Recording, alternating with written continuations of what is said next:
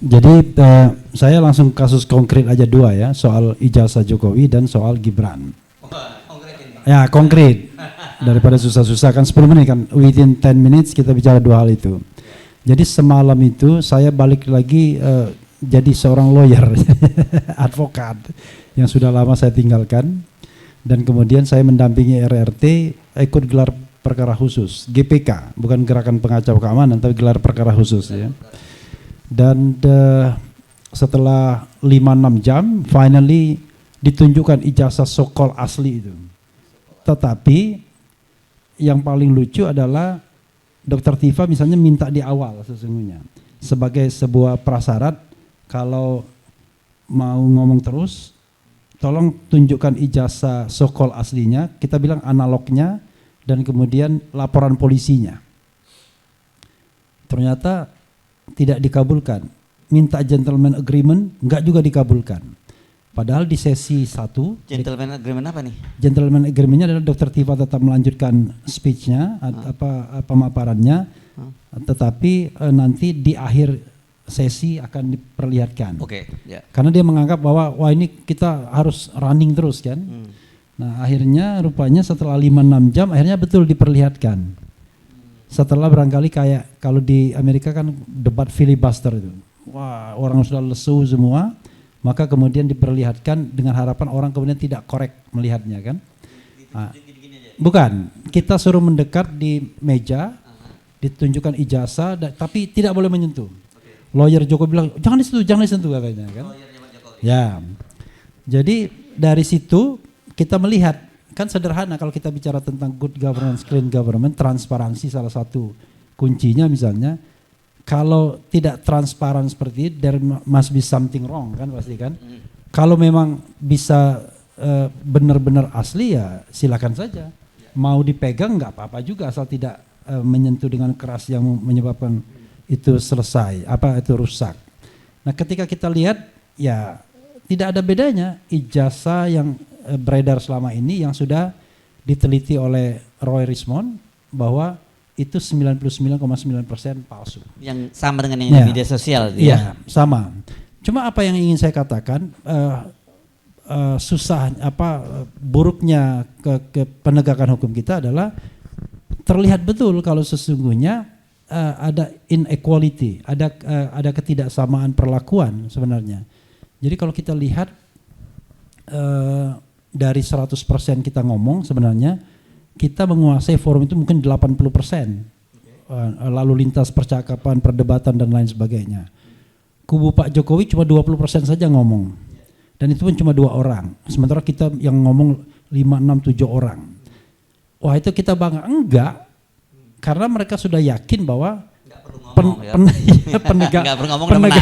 penegak hukum sudah berpihak kepada mereka sehingga mereka tidak perlu ngomong banyak-banyak. Ini kan kalau di dalam dunia hukum sederhana, semakin Anda ngomong kepada masyarakat yang luas itu berarti Anda tidak di backup oleh aparat penegak hukum.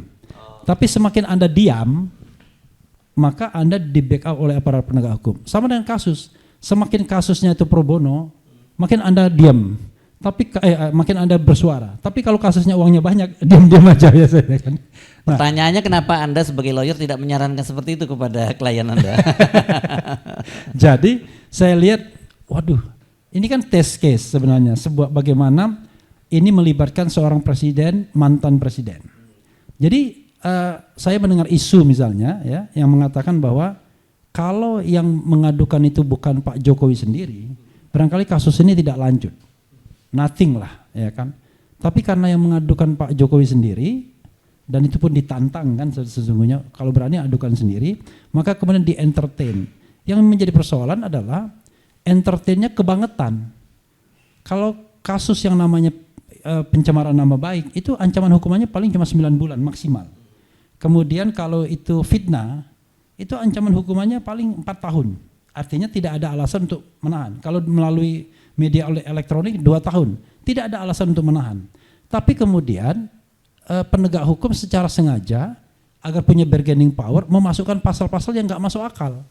Yang paling tidak masuk akal itu adalah pasal 32 dan pasal 35 Undang-Undang ITE yang ancaman hukumnya 8 sampai 12 tahun. Bayangkan, 12 tahun itu sudah, it doesn't make sense juga. Kenapa?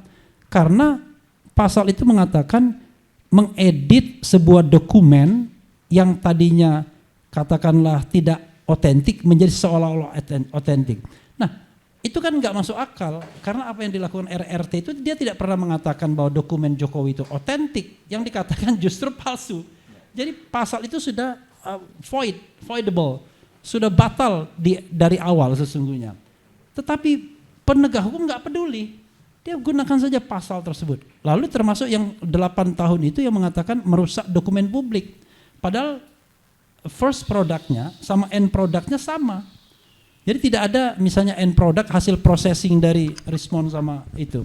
Nah, yang ingin saya katakan adalah betapa telanjangnya penegak hukum itu berani melakukan penegakan hukum yang menggelikan, yang diplototi masyarakat banyak pun berani. Dan itu under rezim yang lama. Coba bayangkan.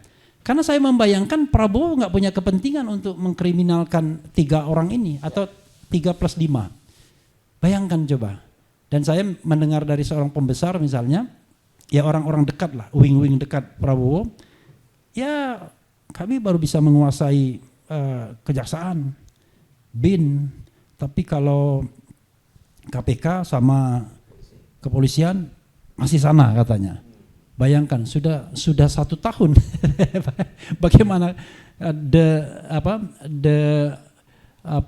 yang berkuasa saat ini tiba-tiba belum bisa menguasai state aparatus dalam proses penegakan hukum.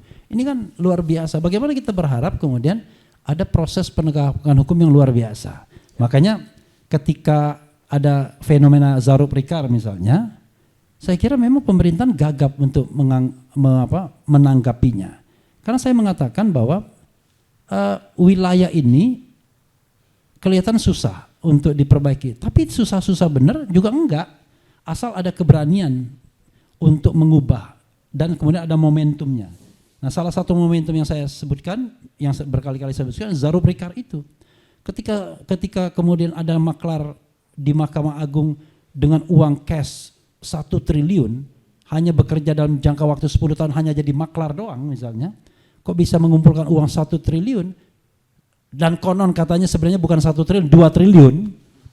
2 triliun, enggak, 1 triliunnya entah kemana, 1,6 triliun menurut versi yang lain. Jadi ada dua versi saya dengar. 1 triliun itu versi resmi, 1,6 triliun itu dari yang kemarin yang anaknya bapaknya Almasaki Biru, 2 triliun dari beberapa sumber. Coba bayangkan betapa rusaknya proses penegakan hukum di Republik ini, dan kemudian Presiden belum mampu. Jadi kenapa dia tidak mampu? Karena dia tidak fully control aparat penegak hukum yang ada. Kalau dia kemudian melakukan langkah-langkah radikal, misalnya kadang-kadang shutdown Mahkamah Agung, yang Bung Hersu mengatakan, wah itu terlalu berlebihan. No, itu tidak berlebihan. Kalau kita mau menegakkan hukum yang benar, kita seleksi ulang tuh hakim Mahkamah Agung, karena dia kan benteng terakhir, ya kan, penegak keadilan. Maka menurut saya kita sudah kehilangan relevansinya atau kehilangan nyali untuk melakukan hal tersebut. Nah, itu satu untuk kasus Jokowi. Nah, berikutnya adalah untuk kasus Gibran ya. Jadi kasus Jokowi ini kita akan lihat nih, the last siapa yang sesungguhnya menang. Ataukah win-win solution saja? Artinya 3 orang ini tidak dikriminalisasi, tidak ditahan, tidak ditangkap, tidak divonis dan tidak dipenjarakan, tapi kasusnya mengambang begitu saja. Jokowi juga tidak diapa-apakan. Maka kemudian 0-0. Kayak Firly Bahuri lah kira-kira polanya ya. 0-0. Posisinya 0-0. Lalu Gibran misalnya. Kalau Gibran ini, kan saya sudah berkali-kali mengatakan kalau mau di impeach, itu impeachable. Banyak sekali hal-hal yang bisa dikatakan sebagai loopholes untuk melakukan impeachment. Sebagai contoh misalnya kita tahu bahwa ada 3 klaster besar dalam impeachment kan, tidak lagi memenuhi syarat, melakukan pelanggaran hukum berat dan melakukan perbuatan tercela. Nah, fufu fafa itu adalah perbuatan tercela. Orang mengatakan kan dilakukan sebelum dia menjadi wakil presiden. Iya, tetapi dia kemudian mengatakan ketika ditanya apakah fufu fafa milik dia, kan sudah dikatakan takon seng duwe katanya.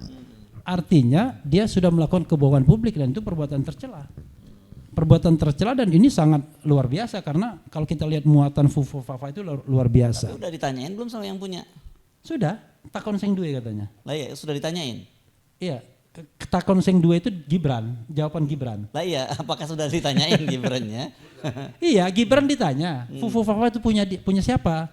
Takon sing duwe, kata Gibran. Artinya dia tidak mengakui kan? Artinya dia mengatakan bukan punya saya, gitu kan? Kalau bahasa Jawanya kan begitu. Nah, kemudian hal lain yang bisa yang membuat RRT ini kemudian cepat sekali ditersangkakan dan kemudian mau diproses adalah ya mereka sudah menyiapkan Gibran Black Paper dan itu Rismon sudah siap dengan draftnya, Dr. Tifa sudah siap draftnya.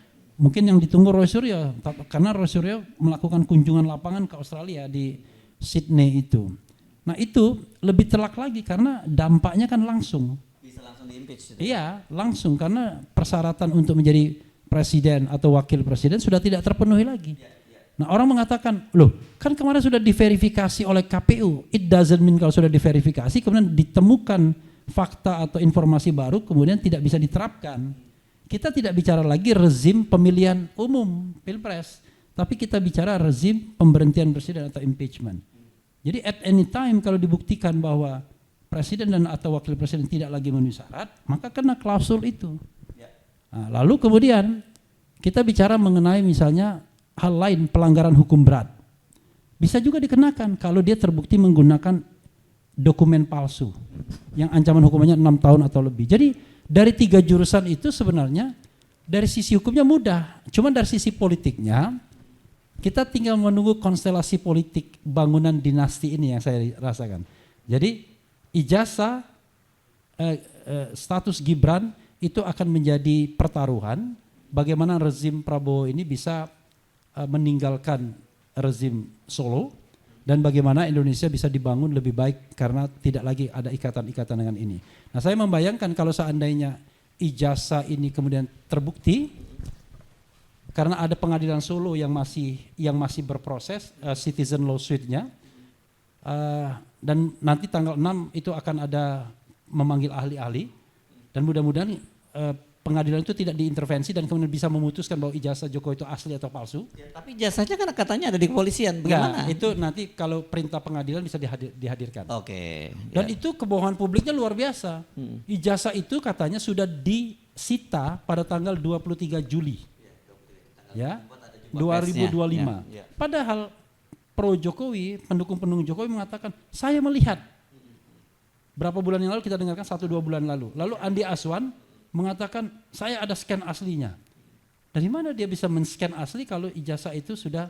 Nah, tetapi kelihatan kan tidak ada equality-nya ketika kemudian dilaporkan Andi Azwan misalnya tidak diterima laporannya. Sementara laporan yang abal-abal yang terhadap Roy Suryo, Dr. Tifa dan lain sebagainya diterima begitu saja. Nah, menurut saya ini kelihatannya masalah kecil. Banyak orang menganggap soal ijazah kan kecil. Kemudian soal Gibran kan kecil soal ijazah juga soalnya. Enggak, ini kan soal bangunan politik dan ketatanegaraan antara Prabowo dan rezim sebelumnya. Apakah dia bisa pisah melalui kasus ini? Dan kalau kasus ini kemudian kita bisa buktikan ijazah palsu dan rakyat diyakinkan, saya khawatir jangan-jangan ya, ini tidak provokasi ya. Saya mengkhawatirkan jangan-jangan kemudian muncul penjarahan-penjarahan, jadi jangan-jangan. Anda bisa bayangkan kan, tiba-tiba ada kemarahan rakyat, tiba-tiba Medan digeruduk, kemudian kantor sebuah partai yang ada gajahnya digeruduk misalnya. Partai apa itu ya? Nggak tahu. Oke. Kemudian Solo digeruduk karena rakyat merasa bahwa selama ini mereka ditipu.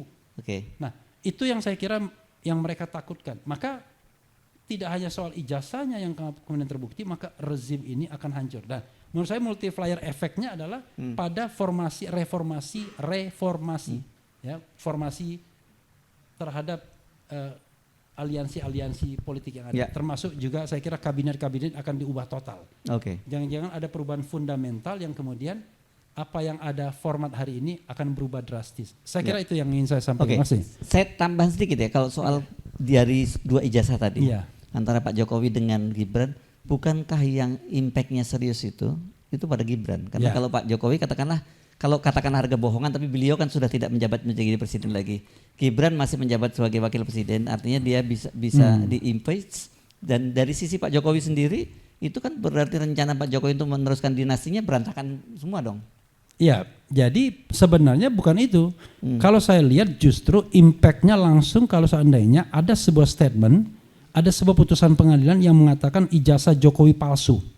Tapi kan Gibran nggak ada urusannya dengan Gibran kalau itu terjadi. Ya kan, tapi multiplier efek politiknya kan akan tinggi. Tiba-tiba akan terjadi akselerasi di parlemen untuk melakukan impeachment dan lain sebagainya karena pertahanan Solonya sudah lemah karena rakyat sudah menggeruduk, rakyat sudah tidak percaya lagi. Nah, saya kira dampak multiplier efek politik itu yang ditakutkan oleh Jokowi, makanya dia bertahan mati-matian untuk mengatakan ijazahnya asli. Ya. Nah, gitu. Kalau ijazahnya palsu dan itu proven melalui sebuah putusan pengadilan, maka itu akan terjadi multiplier efek, termasuk jabatan anaknya di Jakarta dan termasuk di Medan. Gitu. Tapi itu kalau kata orang Jogja, not maybe. Ya sekarang ini. Terima kasih Bung Refli Harun ya. dia ngerti bahasa Inggris Jogja dia paham. Sekarang ya not maybe katanya begitu ya Pak. Sekarang kita dengarkan Prof Hafidz Abbas ini selalu melihatnya dari perspektif hak asasi manusia dan juga soal penguasaan oligarki ya, sekarang lagi berurusan dengan itu juga ya, dan dulu sudah berurusan, sekarang langsung melihat praktek nyatanya gitu ya. Baik, terima kasih Bang Ersu. Assalamualaikum warahmatullahi wabarakatuh. Ini saya sebenarnya masih terpukau mengenai jasa palsu atau asli gitu ya. Gini, ada 3 hal yang ingin saya sampaikan dan ini membawa refleksi yang amat mendalam bagi bangsa ini. Saya meminjam istilah Bang Rocky Gerung gitu ya, akal sehat, common sense gitu ya. Sebenarnya persoalan HAM di tanah air kita berkisar pada 3 klaster besar. Pertama, ada persoalan-persoalan yang sifatnya recurrent, berulang dari masa ke masa, terutama dalam 1-2 dekade terakhir, khususnya pada periode kepemimpinan Presiden Jokowi. Yang kedua, ada persoalan-persoalan kontemporer, muncul beragam masalah-masalah yang membawa kekisruhan besar di negeri ini, yang seperti rasanya negeri ini diobrak-abrik oleh satu kekuatan yang tidak terduga. Tapi ada satu masalah HAM yang juga sangat fatal kalau kita tidak perhatikan hari ini, yaitu a far-sighted impact. Jadi dampak yang belum terlihat hari ini, tetapi akan pasti terjadi kalau kita tidak antisipasi hari ini, maka membawa malapetaka yang lebih fatal lagi. Saya memulai yang pertama. Saya mau bercerita sedikit mengenai pengalaman saya sebagai komisioner di Komnas HAM dan pernah deputi menteri di Kementerian HAM, Dirjen Kepala Badan selama 19 tahun 3 bulan. Jadi hampir 2 dekade menekuni persoalan-persoalan ini sebagai pejabat eselon 1 ya, sebelum saya di Komnas HAM. Persoalan-persoalan yang sifatnya recurrent yang saya lihat tidak berubah gitu ya. Pada saat sebagai ketua Komnas HAM, saya melihat ada 3 orang yang diadukan di kantor ini ya. Pertama polisi, kedua Pemda, yang ketiga oligarki gitu. Jadi ada sekitar 10.000 pengadu datang. Jadi Komnas HAM itu seperti pasar itu. Jadi kalau Bang Hersu berkantor di Komnas HAM, kita seperti rasanya ini kapan nih kita masuk neraka gitu ya. Jadi karena begitu besarnya rasanya desakan publik. Yang dipermasalahkan itu polisi, sekitar 36-37%. Pokoknya yang selalu mengancam kehidupan masyarakat ini. Polisi di urutan tertinggi. Yang kedua adalah Pemda. Karena umumnya peraturan-peraturan daerah yang diterbitkan oleh Pemda itu adalah untuk meningkatkan PAD. Ya kan, pada saat rakyat miskin lalu disuruh bayar pajak sekian kali lipat, seperti yang terjadi di Pati, di ini ya, seperti itulah. Sehingga sebaran perda-perda itu bisa 70-60% lebih hanya untuk memeras rakyat gitu kan ya. Nah, yang ketiga adalah oligarki selalu bersekongkol dengan pengambil kebijakan lokal. Mengapa Pemda selalu bergandengan tangan dengan oligarki? Karena kos politik untuk jadi bupati wali kota itu tidak murah. Kalau keluar misalnya 100 miliar gitu, sang bupati harus bekerja sekitar 200 tahun baru modalnya kembali. Kan pasti rugi ya kan? Tidak ada cara lain untuk cepat kembali ya, tanah, kasih gunung, kasih danau ya kepada pengusaha-pengusaha. Very common. Jadi itulah sebenarnya yang menyebabkan konspirasi antara tiga kelompok yang diadukan masyarakat ini kelihatannya berulang terus. Karena belum ada tanda-tanda ada perbaikan gitu ya. Substansi yang diadukan oleh publik, kalau ini bisa menjadi representasi wajah hampir 300 juta penduduk, pertama hilangnya keadilan di negeri ini. Gimana mau dapat keadilan menghadapi oligarki? Pak Yusuf Kalla aja coba bayangkan gitu ya, dia bisa diperlakukan seperti itu. Yang kedua yang hilang yang diadukan oleh masyarakat dari seluruh tanah air ini adalah hilangnya sumber kehidupan karena tanahnya sudah diambil. Kemarin waktu kita ketemu Bang Ersu, Husnul Mauriyah, Husnul, karena waktu itu kami hitung-hitung berapa luas tanah yang diambil oligarki ini, itu 5,2 juta hektar. Itu jadi rujukan profesional. Tapi mahasiswanya bantah, bilang itu data keliru, salah itu data. Karena 9,5 juta hektar yang disampaikan mahasiswanya, yang ternyata pejabat dari BPN. Tapi coba bayangkan, luas seluruh Jakarta, termasuk rumahnya Bang Mulyadi ini, itu hanya 66.000 hektar. Ada satu orang hanya 9,5 juta hektar. Dan waktu saya mau pulang tinggalkan tempat itu, katanya sekarang meningkat lebih 11 juta hektar tanah. It's the danger. Masa ini bisa terjadi di negara yang punya Pancasila gitu ya. Yang ketiga, hilangnya rasa aman. Masyarakat yang punya tanah itu tidak aman. Kalau Bang Hersu punya tanah di Tamrin, itu tidak aman itu. Besoknya bisa. jadi kalau keadaan ini terus dirawat, kalau toh kita tidak bubar sebagai negara, kata Bandung ya, decay from the within. Kita lapuk, hancur dari dalam. Dan itu recurrent. Kenapa kita terus merawat tiga wajah ini gitu ya. Saya melangkah yang kedua, masalah-masalah kontemporer gitu ya. Nah, yang dirisaukan oleh Amnesty International dan Human Rights Watch dan seluruh lembaga-lembaga internasional, dia mengkhawatirkan corak militerisme pemerintahan saat ini yang didominasi oleh kekuatan polisi. Kemarin MK kan membatalkan yang tidak boleh menjabat ini. Tapi saya dengar tadi dari apa yang disampaikan Pak Mulyadi dan Pak Said Didu, ternyata tidak bisa dikontrol. Dia tetap punya power begitu ya, gitu. Jadi ini sesuatu yang amat mengkhawatirkan gitu ya.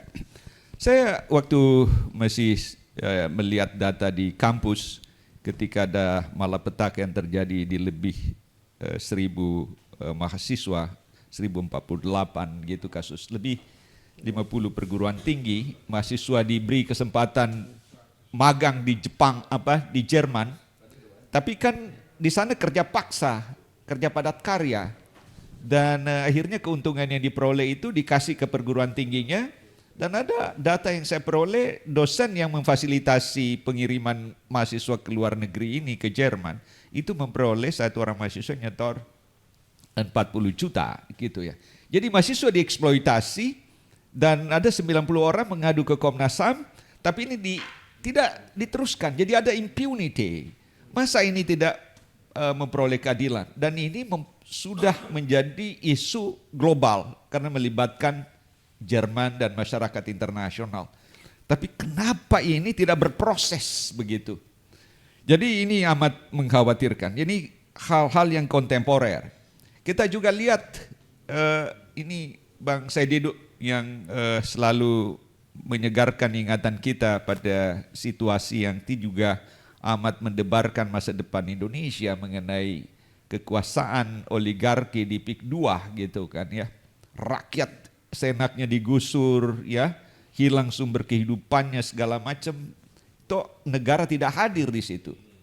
Dia mempertontonkan sebuah kekuasaan yang luar biasa.